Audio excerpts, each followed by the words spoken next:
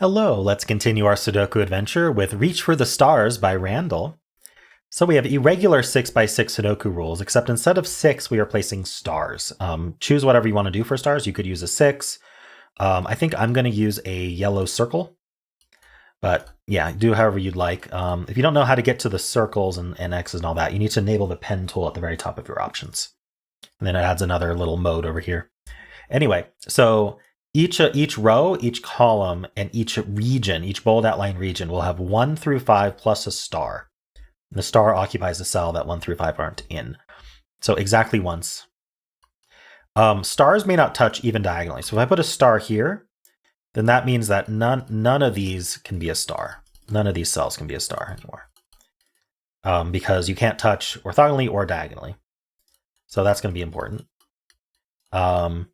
And then each arrow, these arrows in the grid, they point to a star. And the digit in the arrow contains the distance in cells from that star. So if there's a 2 here, that means that there's a star here. And then that also means there's a 1 here.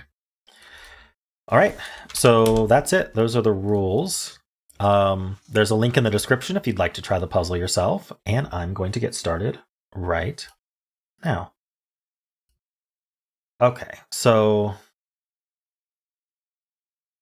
I'm just going to color cells gray that can't be stars. And we're going to start with all the arrows here. So none of these arrows are stars. So there's a star in one of these 3 because this region needs a star, right? Which means this can't be a star because no matter where this star ends up, it will make this cell not a star. We get a gimme star. We get a gimme 1 and we get a gimme star right here. So that's a star. So that means none of the cells touching the star, none of its rest of its row, none of the rest of its column can be a star. So its row, its column, and then the rest of its region are not stars. And that does mean that this is pointing at that same star. So this is a 5. Okay, so star in one of these 2. Star in one of these 3. Oh, this row needs a star. It can only go there.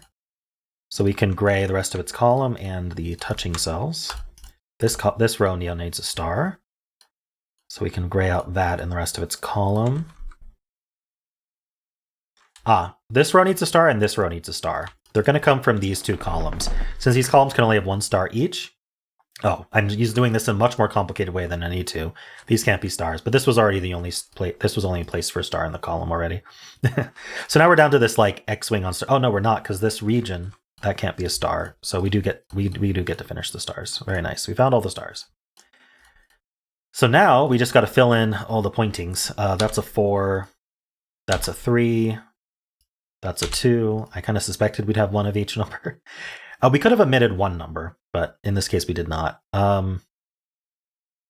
Okay, so now we solve an irregular Sudoku.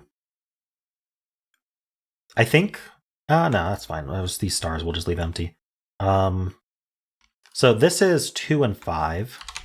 And this 2 looks in, so that's 5, that's 2. This column needs 1, 4, and 5. Well, this can't be 1 or 5, so this is the 4. This is a 1-5 pair. That 1-5 pair affects the rest of this box. This is a 2-3 pair. This is a 3 for the row, so that's a 2, that's a 3. This is a 1-2 pair. Oops, 1, 2. So this is 3, 4, 5. The 5 goes here, the 4 goes there, the 3 goes there. That's a 1.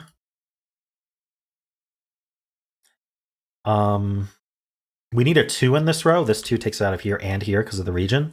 So the 2 goes there, the 1 goes there. This row needs 1, 4, and 5.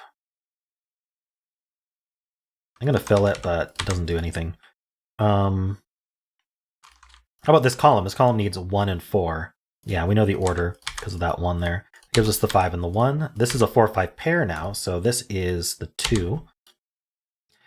This is 3, 4. Excuse me. 3, 4. This is 1, 5. We know the order.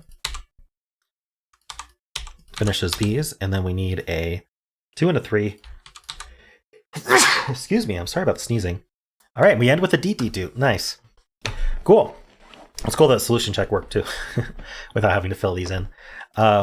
Nice. Nice introduction to Star Battle there. Thanks, Randall.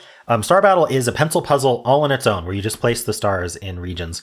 So usually it's 2 stars in every row, column, and region. So this is kind of a variation for a smaller grid. I enjoyed it. Definitely look up Star Battles if this was enjoyable to you. And of course, if you enjoyed it in any way, then why not leave a like, subscribe, and a kind comment below.